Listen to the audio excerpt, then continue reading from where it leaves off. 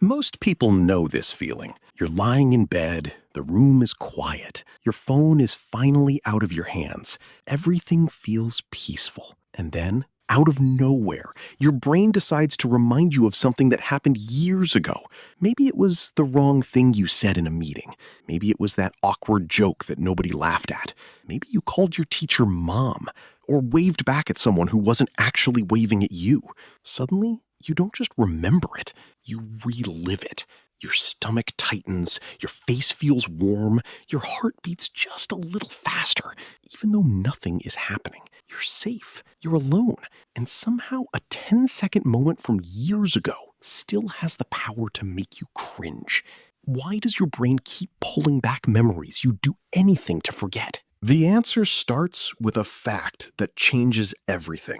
Your brain doesn't remember events because they're embarrassing. It remembers them because they're emotional. Every second, your brain is flooded with information. Traffic sounds, the feeling of your clothes against your skin, conversations, faces, smells, thousands of tiny details competing for space. If your brain stored all of it equally, it would collapse under the weight. So instead, it asks one question: what matters? And one of the fastest ways your brain answers that question is through emotion. Deep inside your brain sits a small almond-shaped structure called the amygdala. Think of it as your brain's emotional alarm system. Whenever something feels exciting, dangerous, shocking, or deeply embarrassing, the amygdala fires. Its message is simple: pay attention. This might matter. At the same moment, another region called the hippocampus begins organizing that experience into long-term memory. The stronger the emotion, the stronger the memory. That's why you can barely remember what you ate 2 Tuesdays ago, but you can vividly recall tripping in front of your entire class 10 years later. Your brain isn't trying to embarrass you. It's following rules it evolved to survive by. And this is where it gets interesting. From an evolutionary perspective, embarrassment wasn't just uncomfortable, it could be genuinely dangerous. For most of human history, humans lived in small, tight-knit tribes. Being accepted by your group meant food, protection, and survival. Being rejected meant isolation, and isolation, more often than not, meant death. So your brain learned something critical. Social mistakes have consequences. Every embarrassing experience became valuable data, a lesson, a pattern to remember. A mistake not to repeat. Today, forgetting someone's name or sending a message to the wrong person probably won't threaten your survival, but your brain is still running ancient software. To your nervous system, social rejection still registers as danger, the same category as a physical threat, which explains something else almost everyone experiences: the feeling that everyone noticed. Psychologists call this the spotlight effect. It's the tendency to believe that other people pay far more attention to us than they actually do.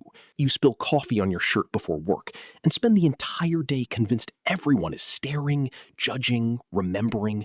But in reality, most people barely noticed, and even those who did forgot within minutes because they were too busy thinking about themselves, exactly like you. The embarrassing moment you're still replaying in vivid detail may have completely disappeared from everyone else's memory years ago, except yours. But here's the part most people never learn. Your memory isn't a recording. It isn't a fixed video file stored somewhere inside your brain. Every single time you remember something, your brain actually reconstructs that memory from scratch, piece by piece, detail by detail. Scientists call this reconsolidation. And here's the part that changes everything. Every time you replay an embarrassing memory, you strengthen it. Like walking the same path through a forest. The more you walk it, the clearer the trail becomes, the easier it is to find next time, which means the harder you try to stop thinking about it, the more you accidentally reinforce it. And then there's the question of timing.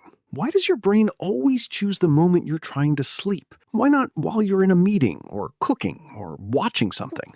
The answer lies in what neuroscientists call the default mode network, a system in your brain that activates precisely when everything slows down, when you're lying in bed, staring at the ceiling, standing in the shower, looking out a window. During those quiet moments, your brain shifts into a different mode. It starts reviewing, reflecting, sorting through unfinished experiences, looking for patterns, trying to make sense of your life. It's like your brain starts cleaning its room, pulling out old memories, turning them over, checking if there's anything left to learn from them. And sometimes it pulls out that embarrassing moment from 7 years ago, not to torture you, but because it genuinely believes that memory still contains something useful. So, the next time your brain serves up something painfully awkward at midnight, try this. Instead of asking, "Why won't I forget this?" ask something different. What was my brain trying to teach me? Because that moment your brain keeps returning to, it wasn't random. It was flagged, marked as significant, stored carefully because some part of your nervous system decided it mattered.